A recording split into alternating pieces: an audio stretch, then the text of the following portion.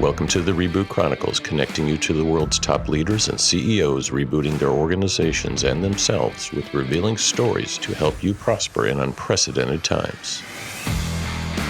I'm your host, Dean DeBias, and as a serial CEO who's led dozens of companies that created thousands of jobs and billions in revenue, my passion is uncovering powerful lessons that can inspire you to reboot your organization, your career, and your life. Listen and subscribe wherever you get podcasts or at rebootchronicles.com. I'd like to welcome Colin Watts to the Reboot Chronicles. Colin is the CEO of Thorne, a science-backed health and wellness provider helping individuals live healthier and longer. We all need some of that. After being acquired by a PE firm, L Catterton, Colin was brought in to reboot Thorne to the next level on its march toward being a billion-dollar market leader. Serial rebooter, Colin is previously the CEO of Vitamin Shoppe and president of Weight Watchers Health Solutions and chief innovation officer at Walgreens, where I think I met him way back in the day.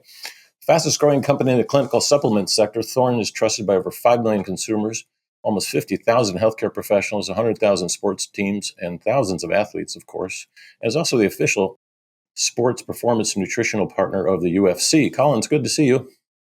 Glad to be here, Dean. Yeah, you've been on a roll since you came in there over a year and a half or so ago. And, the company, most people don't know, the company's been around for 40 years. We've had the founder on, Paul, before, and we wanted to bring it back because I just think it's a great reboot story. And, the vitamins and supplement sector is interesting. You've been in both the pro side and the consumer side, which is rare. Usually people pick a swim lane there. But I love to just start out there. What was your reboot strategy, I guess, and how's it going? It's going really well. I joined the company, as you mentioned, about a year and a half ago. The company was publicly traded while Paul was running it, and then they went through a take private, and L Catterton came in to purchase the company.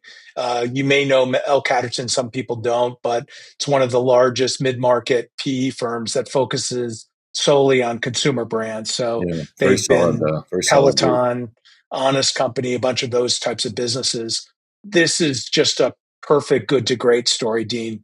And I've come in and honored a lot of what the previous regime has done in building this business. Incredible professional heritage. As you mentioned, we service tens of thousands of practitioners, and we are absolutely one of the top recommended supplements to functional medicine docs, naturopathic docs, chiropractors, nutritionists, et cetera, and more to MDs. Because what we're seeing is that more and more medical doctors are starting to understand the role that nutritional supplements can play in their consumers' lives or their patients' lives in their case. Our goal really is to scale what is a exciting value proposition to the market. When I started at Johnson & Johnson in the early 1990s, we acquired a brand called Neutrogena, which you may know out of the beauty space. I used to love a lot that of people, soap. What people may not remember, although you may, Dean, because I know you're deep in the beauty space, Neutrogena was originally a dermatology brand out in Southern California and used to only be available through dermatologists across the country. Right. And then after J&J acquired it, they shifted the brand from sort of class to mass, if you will, or in this case, from clinical to mainstream. And the beauty of that kind of move, which is very much what we're on here in Thorne, is that we're still servicing the professional sector. It is a vital sector and a quite significant revenue producer for us within the business and the source of a lot of our innovation. But when you make the shift from the clinic into the mainstream, you bring a bunch of attributes that are unique to clinical brands. So First of all, incredible level of quality. We have to have the highest quality level because docs just won't recommend a product that they're not absolutely comfortable with. It has to be incredibly clean. So we are one of the largest NSF certified brands. We've never had a recall from the FDA. We've never even had a warning level or a recommendation from the FDA. Every time they come through, they're amazed at how high quality our facilities are. We control our product, meaning over 90% of all of our SKUs and all of our products are made in-house, fully vertically integrated. I will tell you, if you look at this industry, I've been around this industry for a while. You mentioned I was CEO at the Vitamin Shoppe. Yep. Roughly 70% of the vitamin industry does their manufacturing through contract contract manufacturing, which means you're turning your baby over to a third party to actually produce it, and then you're putting your name on it. We don't do that at Thorne. We build all of our products in house. We develop them all in house. We manufacture them, and then we ensure that they go through 4 different steps of quality check before they go out the door to any of our consumers. And that's why we can stand behind our reputation in that area. Right. So we bring all of those attributes into the consumer market. The trick or the challenge, Neutrogena went through this, we're going through this, is you have to be able to then meet the needs of the market, the jobs to be done, if you will, right? And Right. the jobs to be done when you're servicing a brand directly to consumers is somewhat different than what you need to do when you're servicing a brand through a learned intermediary like a professional. And a lot of what I've been working with the team that we've brought on now here at Thorne is to take advantage of this huge opportunity. We've been growing at a well over 25% compound annual growth rate for the last 5 years. And it's just the business is exploding. And frankly, the segment is exploding. Lots of consumers are finding this clinical supplement value proposition quite enticing because it meets a lot of the needs of the market. Yeah, I think the sector's what's the right word? On fire. I'll get into that in a second. But as you shifted to from ProGrade to DTC, as a serial CEO, I've done this a few times where it come in, you've got to reboot the people, the platform, the passion, and what was it like to reboot the people stack? Because you had a lot of ProGrade market-facing people, and you need to become a consumer brand. Yeah, it's a I great love the question. Neutrogena analogy. I think I still buy the soap. Yeah, me too. Early habits die hard. Well said. That's why us brand folks hang around a lot. Um, so I mean, I will say start with the idea that when I came in 18 months ago, the quality of the personnel that were here at Thorne was exceptional. I think that it had been a group that had been sort of a banded group together. Understand that for a lot of years this business hovered around 50 to 70 million dollars, and at the point where we took it private, it was well over $300 million. So it exploded overnight.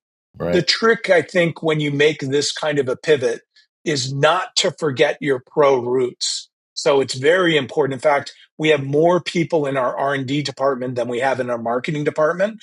Quite proud of that. I think that will likely be the case at Thorne for many, many years to come, because ultimately our product is our proposition, and we have to make sure we have the best story to tell in that particular area.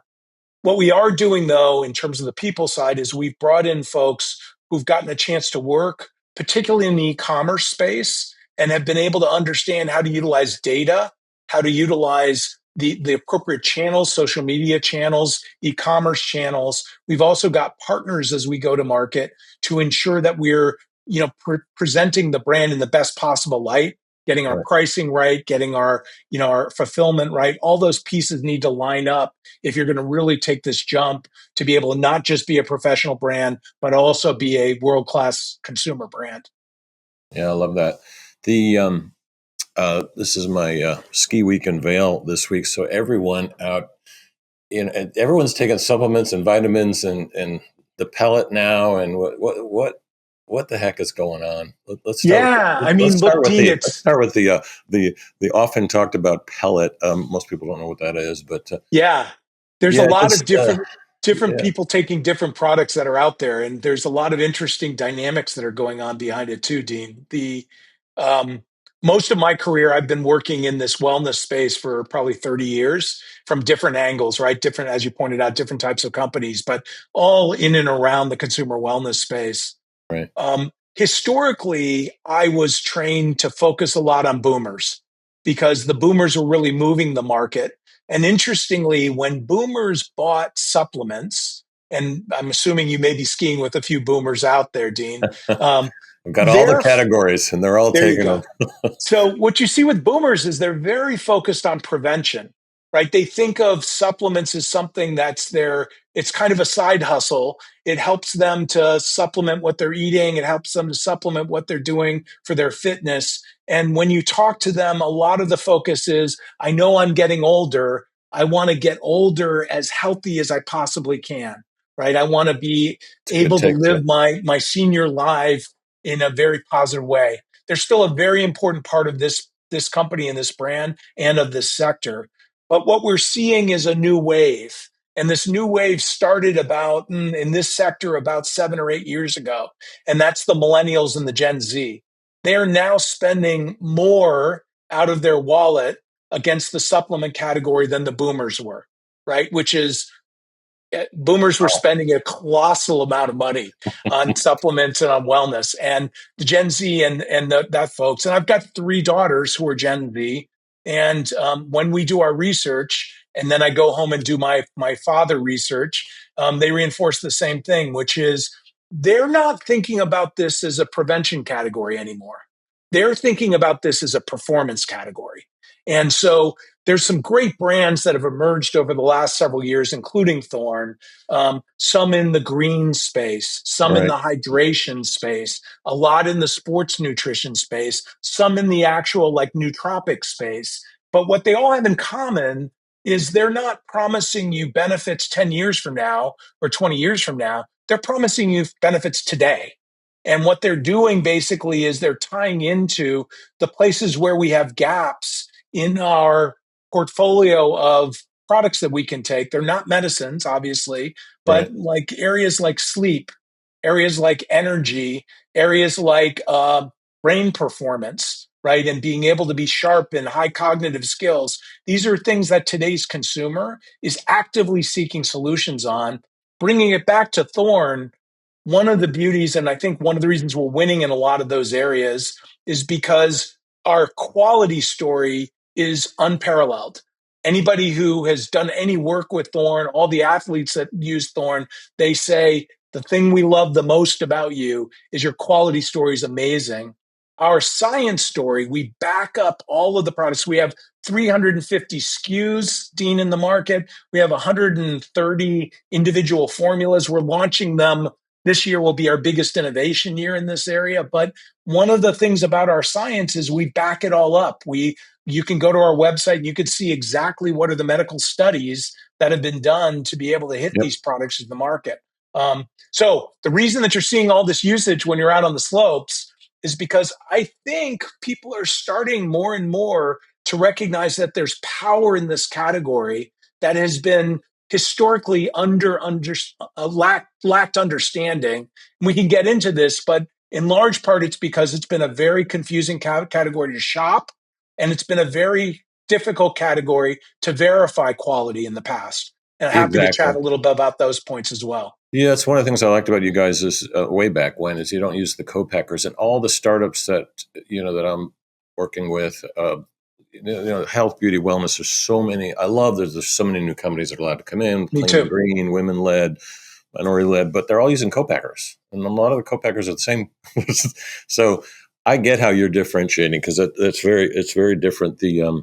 But you bring up this whole prevention versus performance thing. I think is so pivotal. Are you? I mean, when you take that to the next level, personalization. So, for instance, the company I'm chairman of, Revive, helps helps retailers and brands personalize the buying journey so you can pick a product. But what about, including products like yours? But what about the actually personalizing? You mentioned you've got 130 formulas, and you could have 130 million. So I've seen companies try to actually personalize what Colin takes and what Dean takes are actually it's the same brand, same name of the product, but my formula is very different than yours. Do you Yeah, see that ever happening? I just don't see that hard to scaling very. see. I don't see it scaling Hard very to well in the see, market Dean. yet. I mean, there's been a few in our sector. There's been a few flameouts in the last few years Yeah, that kind of came to market with kind of where I a was going with it. yeah. They came to market with like a big personalization pitch. Yeah, And it was like, particularly to investors, it was a lot of it like, look at us, we're going to like change these. The economics just don't work.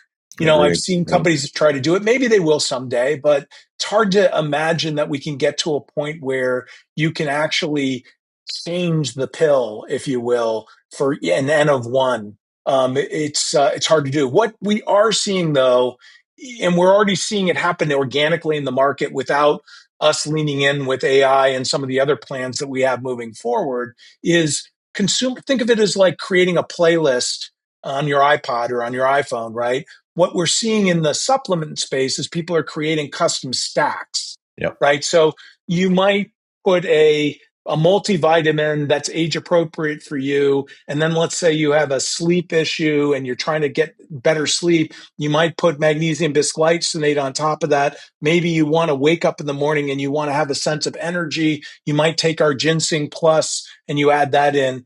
Normally in this space for the heavy users of supplements, which is about 25 to 30% of the population, they're using 5 to 6 different supplement products at any given time. And the key is, this is part of the reason that we're built the way we're built and why we have so many SKUs, is each one of our products does a unique thing. So you can stack them, right? They're naturally designed to sort of sit together. Why? Because when we started, we had a professional, a healthcare professional, who you would go into their office, you would complain about all your concerns and your conditions, and then they would reach to all of our different products and create for you a custom bundle. We're now building those bundles ourselves direct for consumers. That makes sense. And you started out, actually, you had to be tested first before you started prescribing or recommending. 100%. And you still, but now you don't do that as much in DTC. Oh no.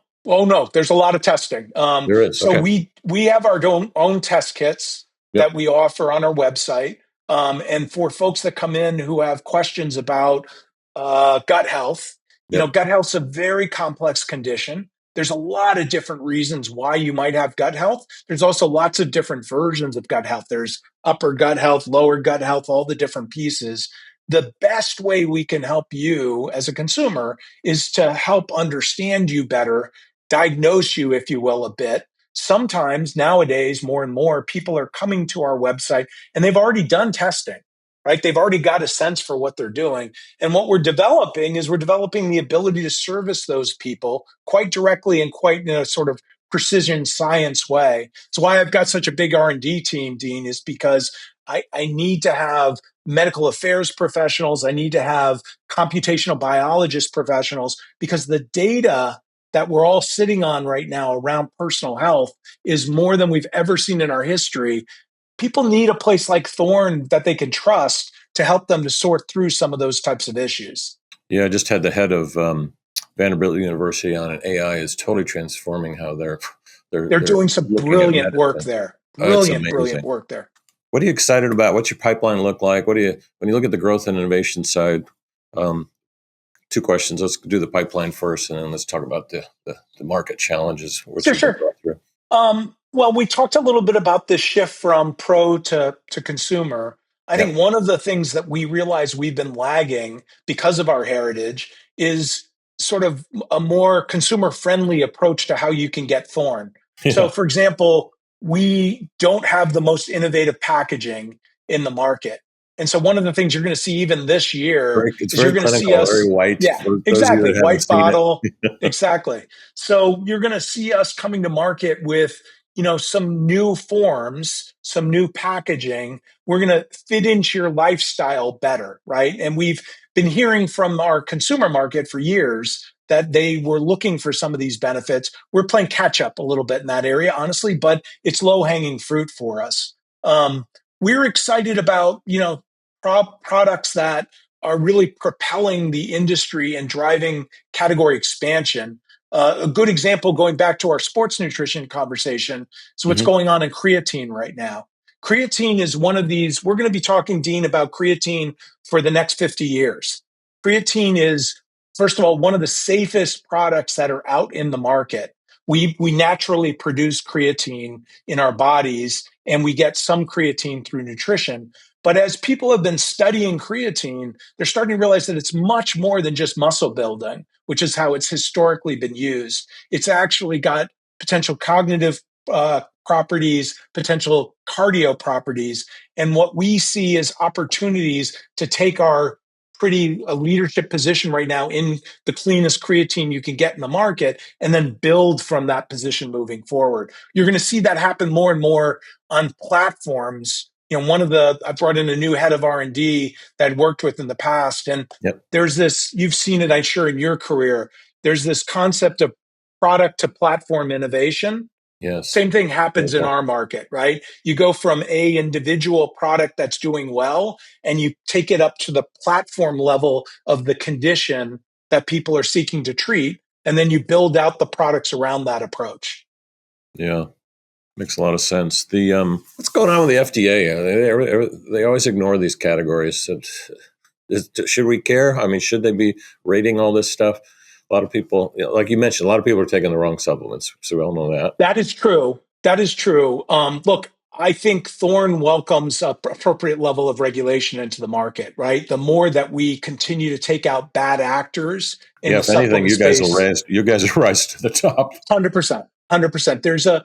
It's the market entry for new brands into the supplement market is pretty low. There's not much barrier there. That's a No, problem. just go on Amazon. Um, It's 600 companies. It's ridiculous. Exactly. And part of the reason there's so much confusion in the market is for that same reason is like people are making claims right, left, and center. People are producing products. They're promising things like, patches that they say are going to deliver all of the efficacy of like 20 pills. That's like literally biologically impossible And fix your to have joints while happen. they're at it. Yeah, exactly. Exactly. So the new administration is in the process of remaking and reshaping a little bit about what the regulatory oversight is going to look like.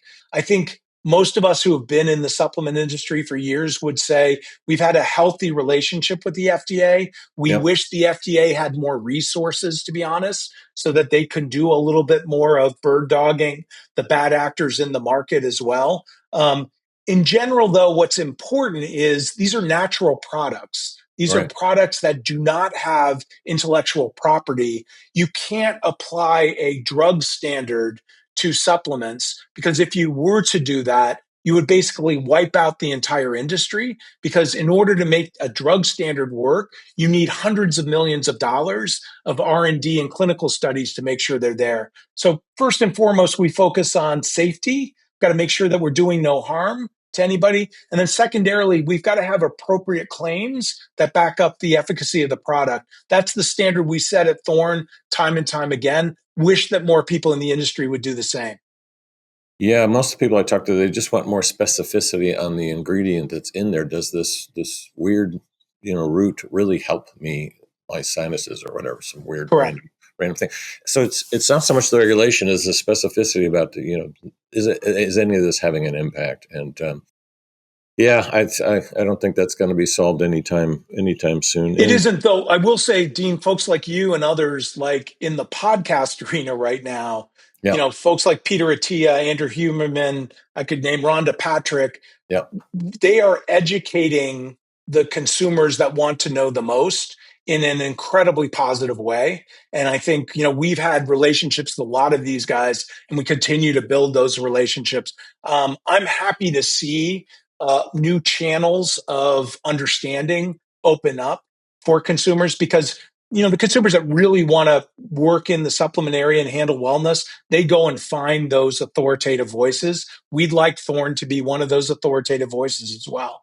yeah. I think you should be the authoritative voice rather than Right. having to rely on other people. Do you do a lot of partnerships, sponsorships? You mentioned athletes, for instance, but different people that are endorsing, or do you shy away from that? It's not really a I mean, clinical some thing. of them are endorsements, and some of them are much more like partnerships. I tell the story to friends that one of the things that was remarkable in my first couple of months on the job is I got invited out to the Mayo Clinic. We've had the longest running exclusive relationship I with remember that. Mayo, Yeah, and impressive.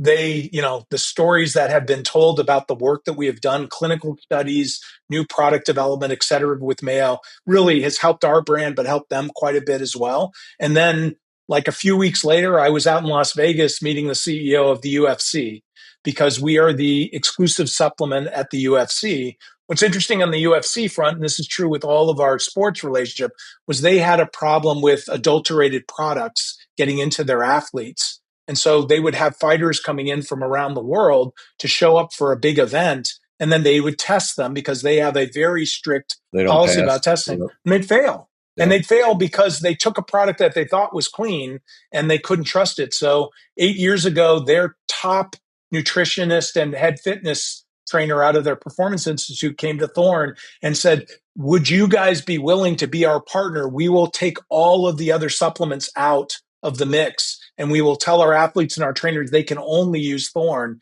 if you guys would connect with us. We've been doing that going on 7-8 years now. It's been a superb partnership, but paradoxical to Mayo Clinic, right?